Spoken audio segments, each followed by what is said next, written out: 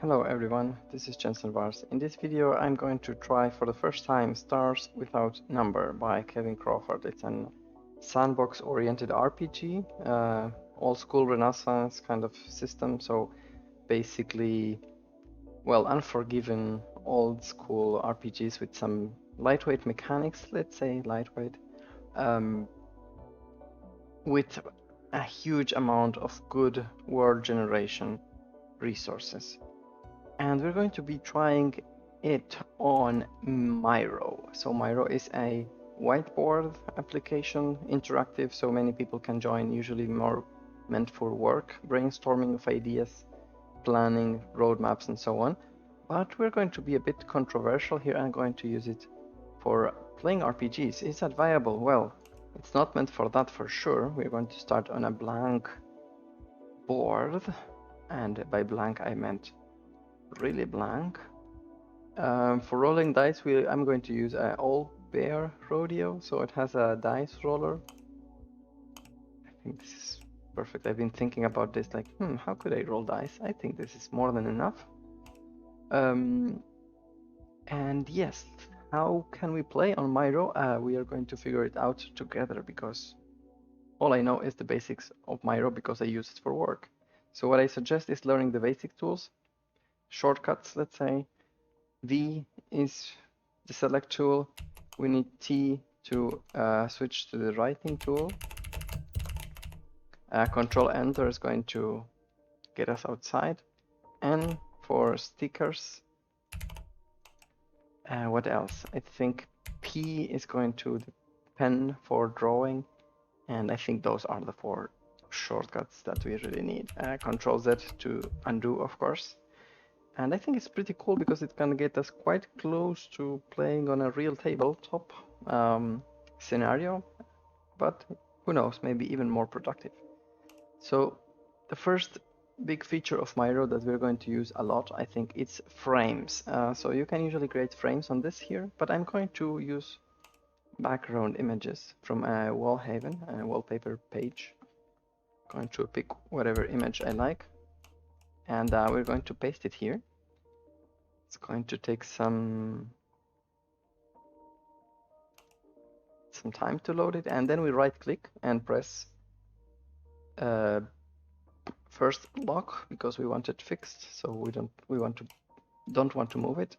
Right click, create frame. This is going to basically create a frame around it, so basically it's represented as a board. And the good thing is that with the sidebar open, which we're going to play with that, we can see all of the frames we have. So let's call this one, for example, character creation. I'm trying to figure it out how we're going to use it. And let's say we just get on with it. So let's create our character. Where's character? I guess somewhere to the end. Here you are. And we want to make sure we learn how to do snipping tool. So taking screenshots because we're going to need it. I want this character sheet here. Why are you moving? Wait, locked you. Oh, I messed up. Control Shift Z goes forward. I'm not sure why I could move this. Yeah, I shouldn't be able to, I think. Whatever, that was weird. So Control L. Going to put it again in the center of the frame. Control L again. Control L is to lock or unlock. And we need to rotate this. Okay, the rotation is here. Bottom left, it's very well hidden. We want it straight like this. Okay. And let's take the second of the back side of the page. Roughly the same size, hopefully, and we're going to put it to this.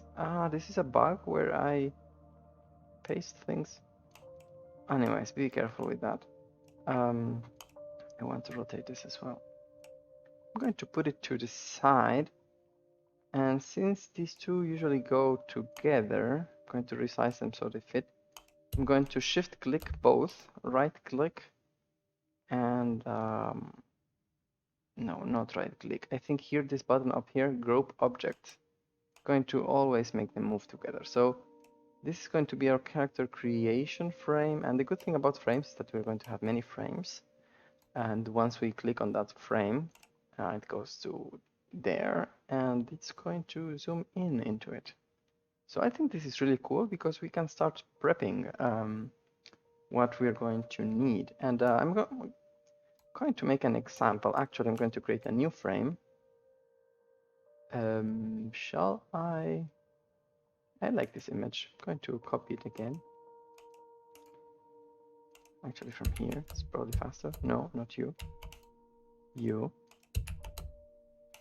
I'm going to create another frame with this image. Right click, create frame. I'm going to call it PCs. So here's where I'm going to place our actual characters.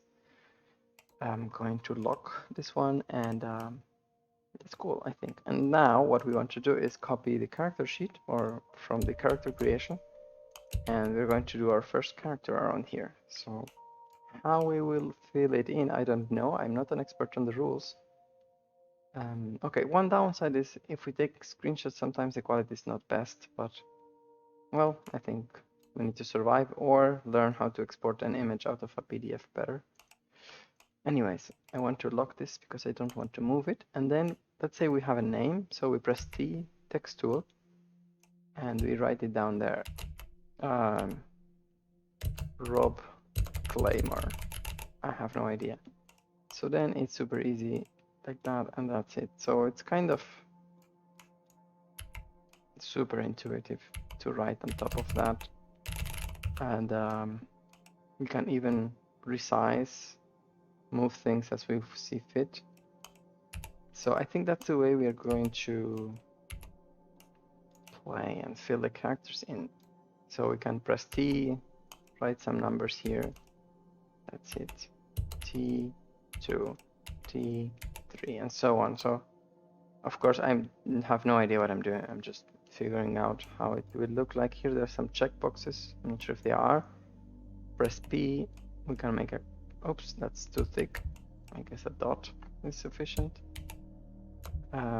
V, select. So if we get kind of used to these tools, this is quite convenient. So character creation in stars without number is actually a step-by-step process, kind of rolled randomly. So let's do on this video the character creation, and maybe, who knows, maybe we can get to play a bit in a different video. So character creation, let's see, I'm going to skim over it. Step number 1, roll your 6 attributes or assign them from an array. I'm going to roll them, of course. Strength, Dex, Constitution, Intelligence, Wisdom, and Charisma. So it's 6 attributes, roll 3d6 6 times and assign them in order. If you roll randomly, you might pick one and change it to a 14. So let's begin. I guess the attributes are around here, so let's fill it in. All bear rodeo. How many dice I will need for this? 3d6, so all bear rodeo, 3 dice, and let's start on strength. I press here to roll. I've got 7 and 10. So here, T10. Cool. Second one for dexterity, 14. Oh, that's I think it's really good, right? 14. 2, 3, so 10 on constitution. So I finished my character here, sped up a little bit. I've calculated my saving throws, calculated my attributes, rolled 2 foci because I was an expert. I got a free one plus another one. I'm going to take the main tables here.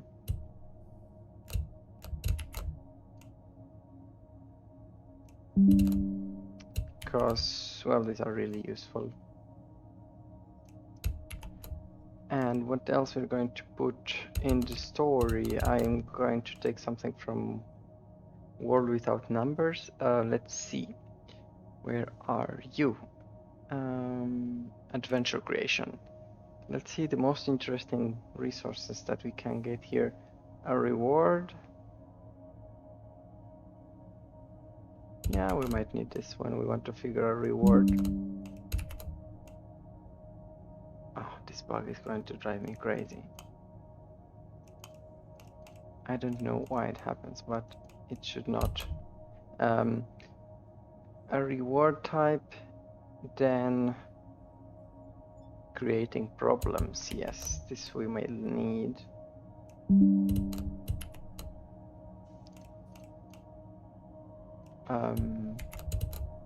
What else? What is this about? A conflict, specific focus. Maybe this is useful for the resources or for the plot hooks.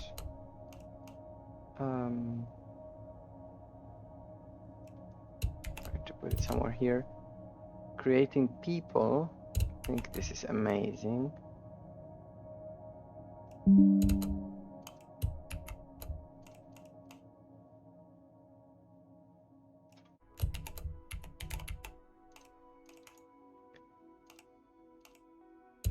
I see you can lock both the frame as well as the image.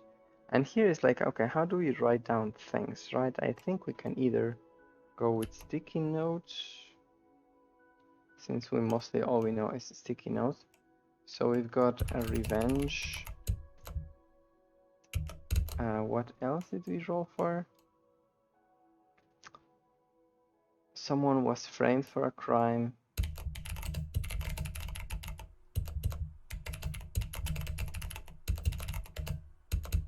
And it was wholly justified. I'm not sure how to pronounce that, but let's begin with that, and maybe here we can brainstorm a little bit and even ask Mythic a few questions about that. But so yeah, it takes a bit of practice, but what I like about Miro so far is that like things really are as we want them to be. It's like a layout, and we work with frames. We can put random tables at hand. We can use a dice roller or roll dice on our desktop.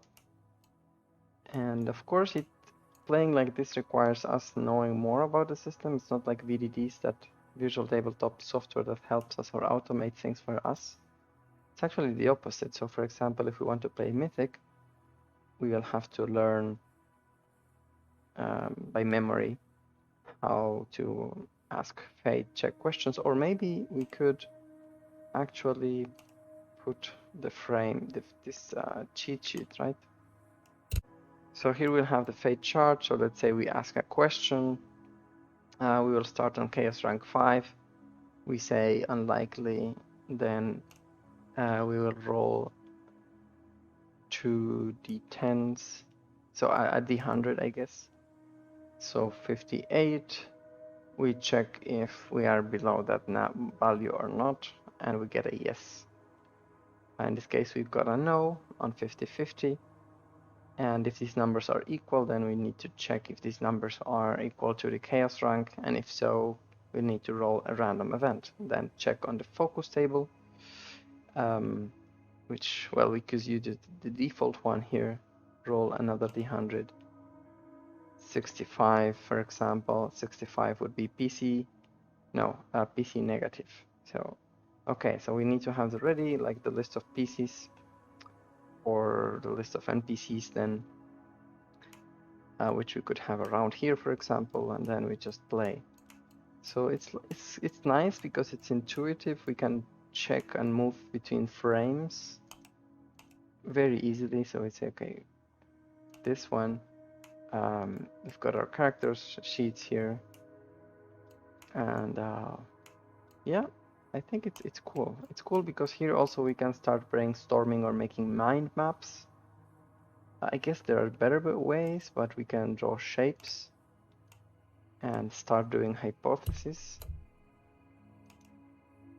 Like, what is this? This is the lining, this is the color, and we can explain, okay, a revenge by who? And we can easily, using these points, link things together. and start working on this, and we have a place where we draft the story. So I hope you like this, you find some useful tips, and I'm looking forward to know what you think on this tool, and I'm probably going to record a video actually playing here, and we stay in touch.